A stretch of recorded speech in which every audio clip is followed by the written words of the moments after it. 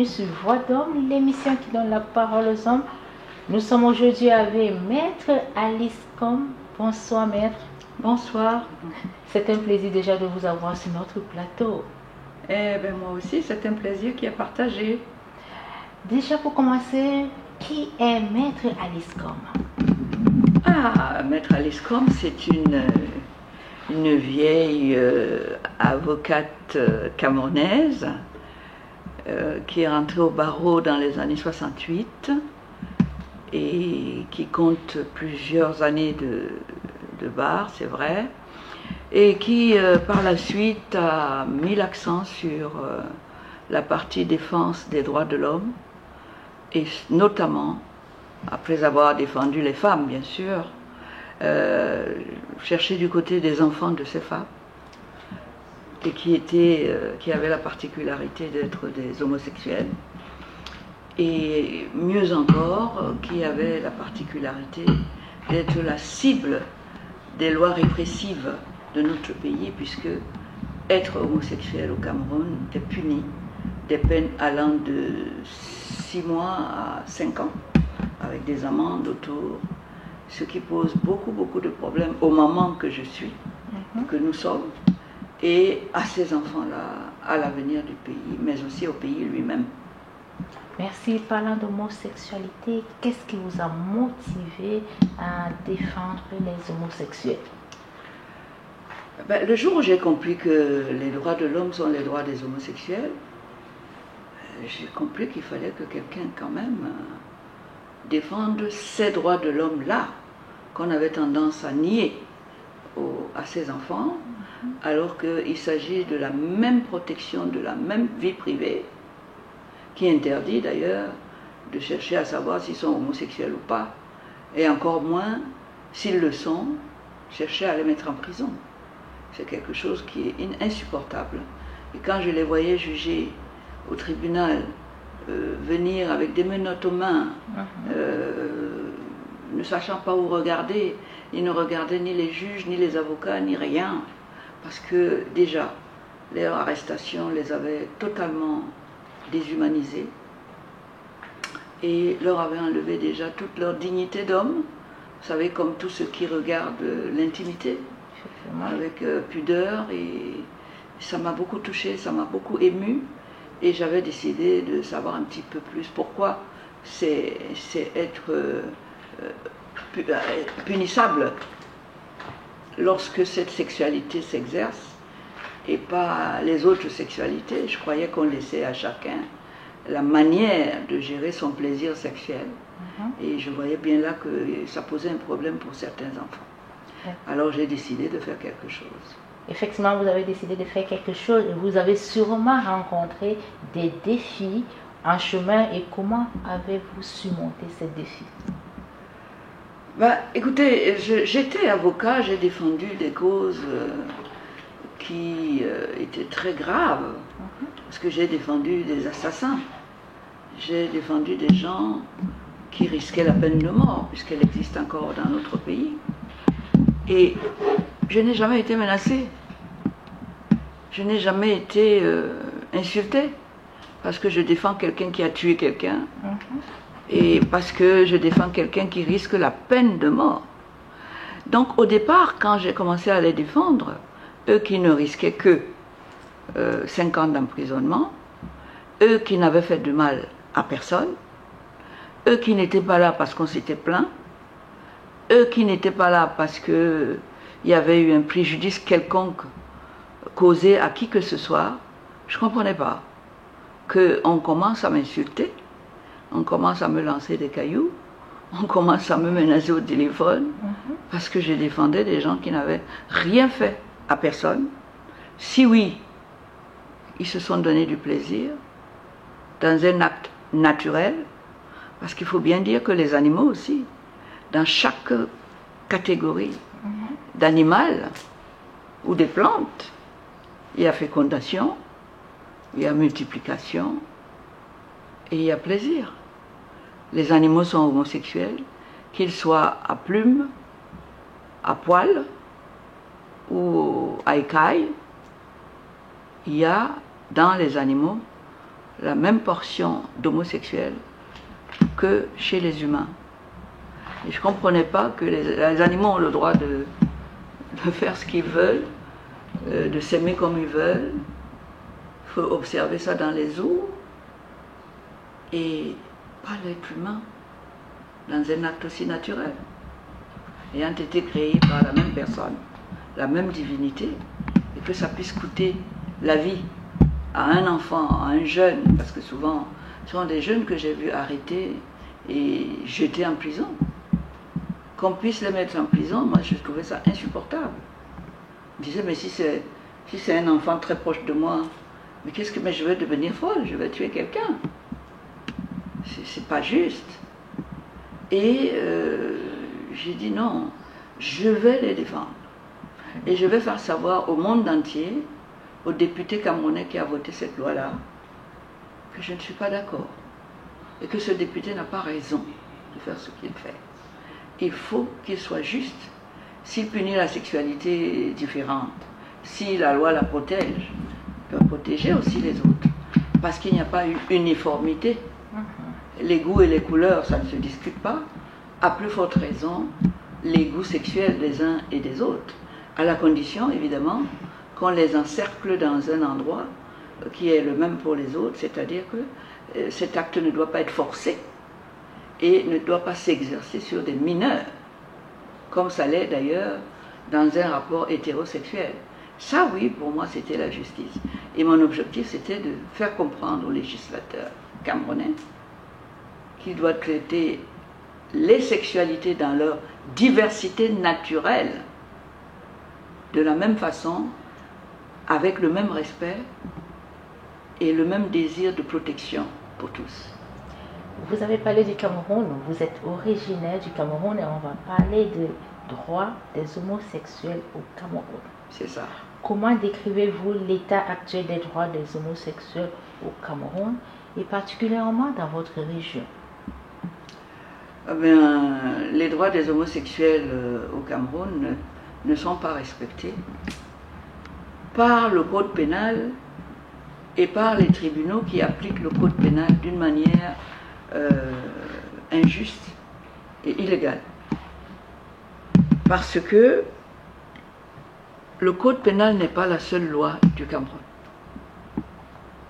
Au-dessus du code pénal, vous avez la Constitution.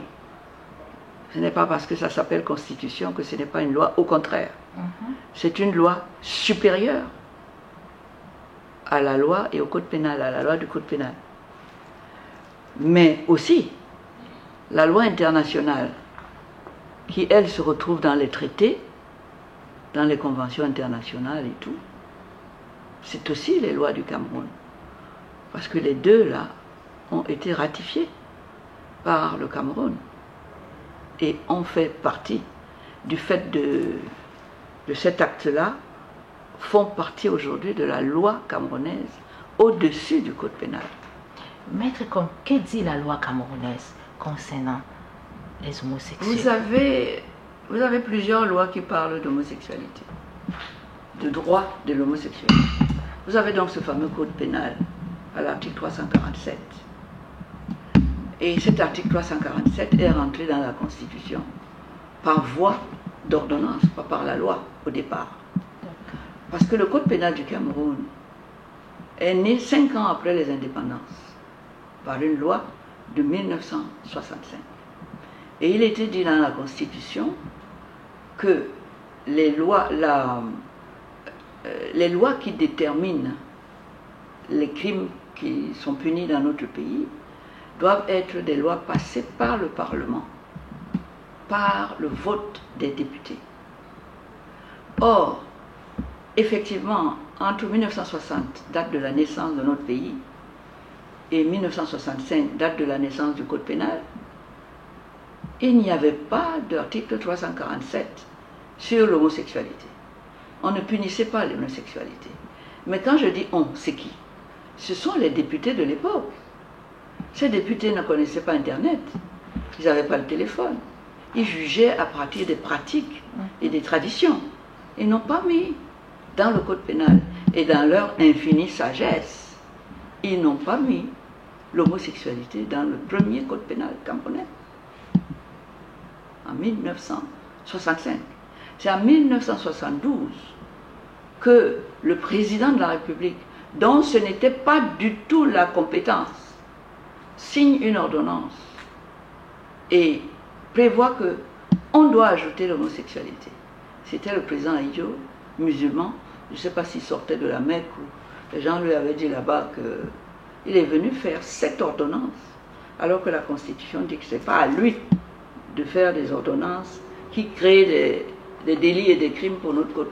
Ce sont les députés, eh bien, de par son pouvoir de président de la République, qui ne lui est pas reconnu par la Constitution, il a introduit par effraction, en cassant le mur de la séparation des biens, séparation des pouvoirs, il a introduit l'homosexualité dans une loi qui ne prévoyait pas ça du tout.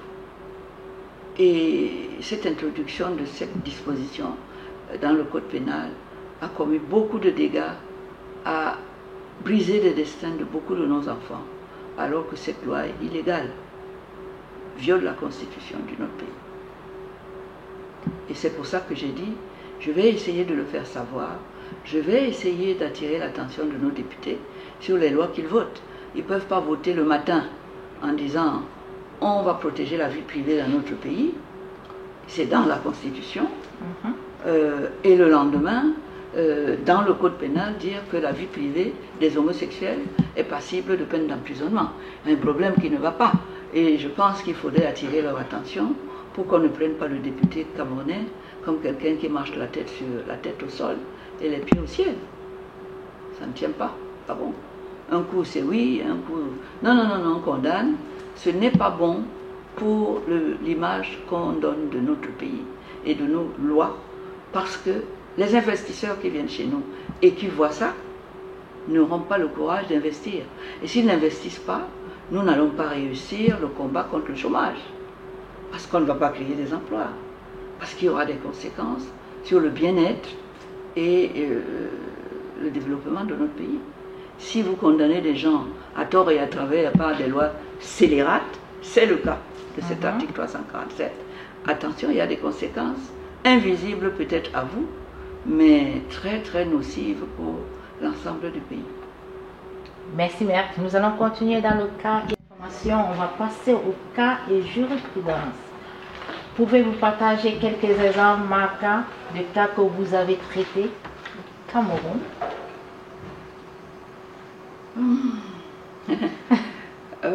Je vais juste parler du dernier cas que j'ai plaidé, qui est le cas de Shakiro, oui, qui est récent.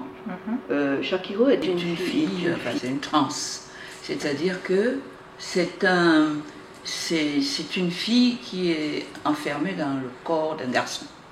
À l'état civil, on a noté qu'il était un garçon parce qu'il avait un sexe de garçon, mais qui se sent profondément femme. Et on les appelle les transsexuels. Et au Cameroun, on ne connaît pas la différence. Tout le monde est homosexuel dès lors qu'on n'est pas hétérosexuel. Donc c'était une jeune personne qui rentrait de son boulot parce qu'elle est maquilleuse, elle rentre de son boulot et elle s'arrête dans les restaurants de quartier, de plein air, comme on les appelle là-bas, et avec sa copine. Mais comme elle se sent femme, elle était habillée en homme, avec des grandes perruques, etc. Dès qu'on l'a vue, on a signalé à la police qu'il y avait des homosexuels qui étaient là et la police a envoyé les arrêter. Alors qu'ils étaient en train de commander leur repas pour manger. Ils n'ont même pas eu le temps de manger, que la police était déjà là, les a soulevés, jetés dans le car de police et on les a emportés. Et on les a amenés 2 jours après, bien sûr. Pourquoi vous habillez comme des femmes? Ils disent, mais parce que ça nous plaît. On aime ça. On se sent mieux dedans. Et je vous signale qu'il n'y a aucun texte qui vous oblige à vous habiller plutôt en pantalon qu'en robe. Il n'y a aucun texte qui permet aux policiers de vous dire quel genre de robe vous portez le matin ou quel genre de pantalon vous portez. Encore moins vous dire comment vous vous coiffez. Je pense que tout le monde sait que ceci est laissée à l'appréciation souveraine de chacun d'entre nous. Alors, à cause de cette façon de se vêtir, eh bien, ils ont été arrêtés. Ils ont été déférés au parquet. Et le parquet les a amenés en jugement. Et vous avez trouvé un tribunal qui a eu le culot de les condamner à la peine maximale, 5 ans, pour homosexualité. C'est pour vous dire à quel point c'est effrayant de vivre dans un pays qui a une telle justice. L'article 347 du Code de pénal dit quoi? Qu'est-ce qui est puni? Est puni d'un emprisonnement de 6 mois à 5 ans, d'une amende de 20 000 à 200 000 francs, toute personne qui a une relation sexuelle avec une personne de même sexe. On n'a pas besoin d'être allé à l'école de droit pour savoir qu'avoir une relation sexuelle, ça signifie qu'il y a 2 sexes qui se sont croisés. Ça ne signifie pas que vous avez mis un pantalon alors que vous êtes une fille. Encore moins que vous êtes une fille et vous êtes un garçon et vous avez mis une robe. Parce que sinon, beaucoup de gens iraient en prison ici. Même la présidente du Cameroun, elle est souvent en pantalon, tout le monde la voit. Alors, si on dit que le pantalon, c'est pour les garçons, on devrait l'arrêter. Et de la même façon, si on dit que les robes, c'est pour les garçons, à ce moment-là, on peut justifier qu'on arrête. Moi, c'est pas ce que dit la loi. Et on l'a arrêté pour ça. Est-ce que si on voit 2 hommes marcher en route au Cameroun, on a le droit de les arrêter? Pas du tout. Est-ce qu'ils sont donnés du sexe? Non. C'est une relation sexuelle. De la même façon, posez-moi la question, est-ce que c'est normal que vous ayez un seul individu devant le juge, comme ça a été le cas de Mbédé, qui aurait écrit une lettre, un message à quelqu'un que je t'aime, alors on a dit ça y est. Comme l'autre était un garçon, eh ben c'était ça le délit d'homosexualité. Je dis non. Le juge ne peut pas dire que là où vous êtes devant lui, seul, vous avez une relation sexuelle avec une personne de même sexe. C'est le texte qui dit ça. Et pourtant, Mbédé a eu 36 mois de prison pour homosexualité. Vous voyez que c'est un délit qui perturbe tout le monde.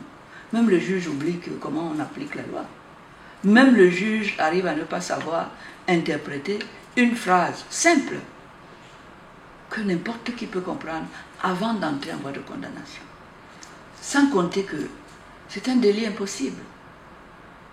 Parce qu'on ne se plaint pas, personne ne se plaint. Quand vous avez un procès, vous allez au tribunal, vous faites une plainte. Vous venez, le juge va vous demander si vous avez les témoins. Sinon, comment il va être convaincu? Or, dans le cas de l'homosexualité, il n'y a pas de plainte, donc il n'y a personne qui va être témoin pour convaincre le juge qui a eu relation sexuelle. Et pourquoi on met tous ces jeunes en prison? Ce n'est pas ce que dit la loi. Il faut arrêter ça. Le Cameroun doit montrer au monde entier qu'il a des gens qui ont étudié le droit, qui sont de bons juristes, de bons juges, qui savent comment lire et interpréter et appliquer une loi. Ce n'est jamais le cas quand il s'agit de l'homosexualité. Et je peux vous dire aussi que les pays africains qui sont partis à la Charte africaine des droits de l'homme ont, la Commission africaine des droits de l'homme, qui est leur tribunal là-bas, qui interprète la Charte, ont décidé qu'un pays qui est parti à la Charte, qui a accepté les statuts de la Charte, et qui rentre dans son pays, commence à réunir ses députés pour dire « condamnons l'homosexualité », eh bien, ce pays-là viole la Charte africaine des droits de l'homme. Du coup, vous voyez où je veux en venir. Quelqu'un ne va pas me dire qu'on doit punir les homosexuels parce que c'est contraire aux traditions africaines. Parce que l'Union africaine, qui ne comprend que des États africains et des chefs d'État africains, va vous condamner en disant non. Ici, on a signé que on respecte les droits de l'homme pour tout le monde. Et les droits de l'homme, c'est le droit d'être aimé dans une relation, même avec un autre homme, à condition que vous soyez majeur, à condition qu'il soit majeur, qu'il ait donné son consentement, et vous vous donnez du plaisir dans une maison inviolable et personne ne doit venir vous déranger. Alors, que deviennent ceux qui me disent c'est contraire aux traditions africaines, puisque la Commission africaine des droits de l'homme condamne les condamnations des pays qui punissent la peine, l'homosexualité. Vous y comprenez quelque chose, pas moi? Maître Combes, merci pour toutes ces informations. Vous nous avez cité ce que le droit dit. Mais est-ce que vous pensez qu'au Cameroun, on est déjà prêt pour mentalement? Je ne sais pas ce qu'on appelle être prêt. Et on nous dit toujours que le Cameroun est un pays souverain. Est-ce que quand le président de la République prend ses décrets, des lois, est-ce qu'il nous demande si on est prêt? Par exemple, j'apprends d'ici qu'on a augmenté les frais de la carte d'identité, qui est passé de 3 800 à 10 000 francs. Est-ce qu'on nous a demandé si on est prêt à avoir cet argent et à payer? Vous pensez que dans notre pays, on nous demande notre avis pour prendre des lois? On essaye de demander à tous les Camerounais s'ils sont prêts. Je suis sûr que si on demandait aux Camerounais si vous êtes prêts, avec le coût de la vie, avec le panier de la ménagère qui souffre de maigreur, parce qu'il n'y a plus d'argent qui rentre, mais pour le sortir, on multiplie les frais par 3 000, presque par 3. Ou une carte d'identité où vous payez à l'État 3 000 francs, aujourd'hui vous payez 10 000. Eh bien, est-ce qu'on nous a demandé si on est prêt? Pourquoi on a seulement demandé aux gens de dire s'ils sont prêts? Ce sont des gens qui vont à l'église tous les jours. Et dans l'église, qu'est-ce qu'on dit? Tous les jours dans les églises où j'allais souvent, mais maintenant je n'y vais plus. C'est 2 commandements. Vous ne sortez pas d'une église quand on vous a dit aime ton prochain comme toi-même. Quand on dit aime ton prochain comme toi-même, il y a un mode d'emploi. Tout le monde sait ce que aimer veut dire. En tout cas, aimer veut tout dire, sauf de me mettre en prison. Si tu m'aimes, si tu es une femme qui m'aime, si je t'aime, je ne peux jamais aller en prison pour ça. Donc il faudrait qu'on arrête de prendre les autres pour des imbéciles ou plus bêtes qu'ils ne le sont. Tous ces arguments-là n'ont pas cours. Quand on vote les lois là-bas, j'apprends qu'actuellement, par exemple, il y a un projet de loi qui est sur la table des députés et qui veut qu'on dise que comment faire pour éliminer les candidatures de Camto, de Cabral, qu'on veut prendre une loi pour dire que si vous n'êtes pas à la tête d'un parti depuis au moins 3 ans, puisqu'on leur a enlevé leur parti pour une raison ou pour une autre, vous ne pouvez pas être candidat. C'est-à-dire, allez vous présenter à votre peuple pour leur dire, moi j'aimerais bien être votre président, qu'est-ce que vous en pensez? On vous interdit. Oh, est-ce qu'on est prêt à accepter cette injustice, ces violations des droits des autres au profit des droits d'un individu? Non. Pourquoi on ferait ça pour l'homosexualité? Il n'y a pas de raison. Merci Maître Alice Combes. On va continuer avec les questionnaires. Quel impact social pensez-vous, autant pour moi, que votre travail a sur la communauté LGBT? Ce combat en 2003, je me suis dit, qu'est-ce que je fais? Je vais mettre en place une association qui va pas parler aux gens. C'est-à-dire, je donne le nom, association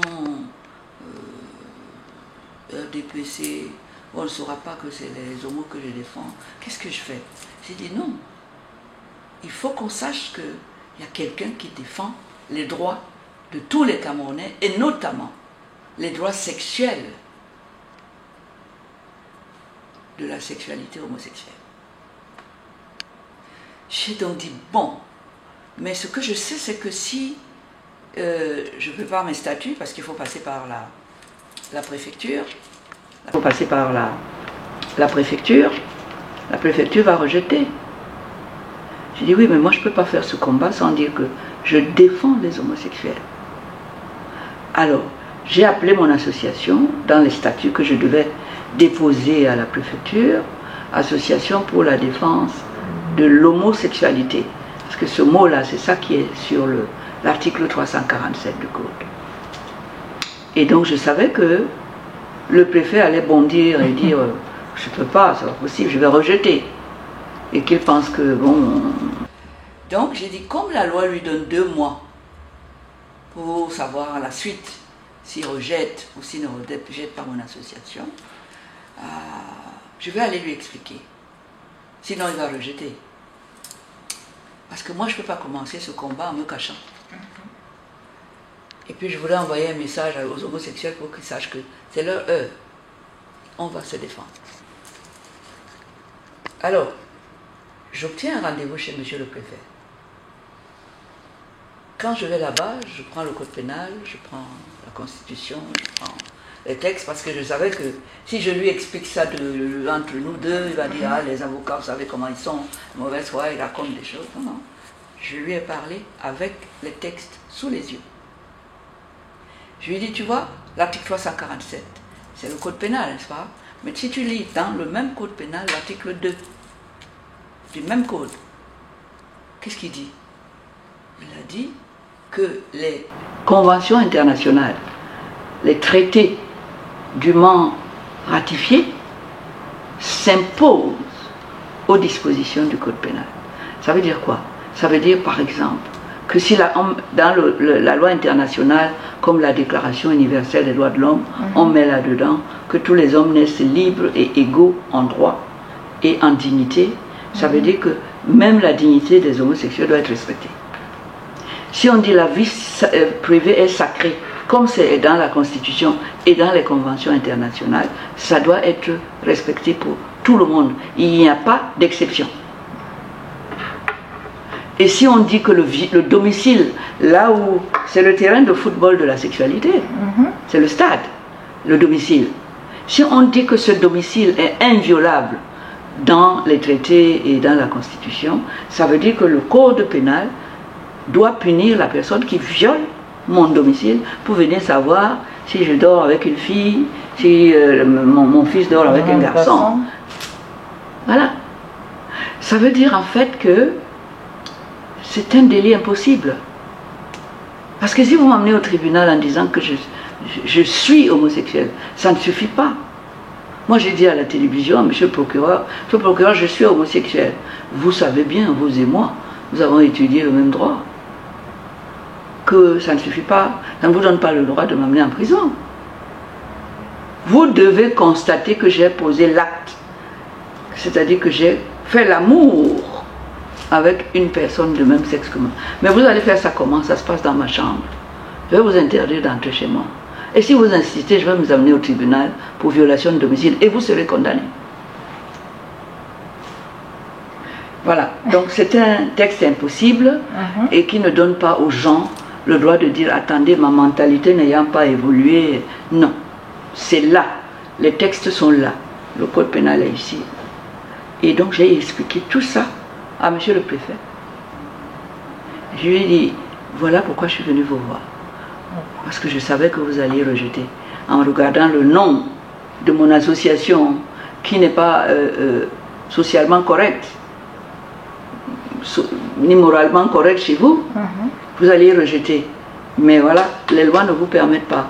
Et il m'a dit, effectivement, j'allais rejeter. J'allais dire, mais maître, vous savez très bien que c'est un délit au Cameroun.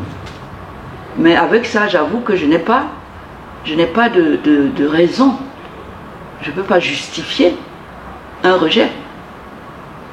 Donc, comme la loi dit aussi plus loin, que le silence de monsieur le préfet vaut acceptation, moi je me tais quoi.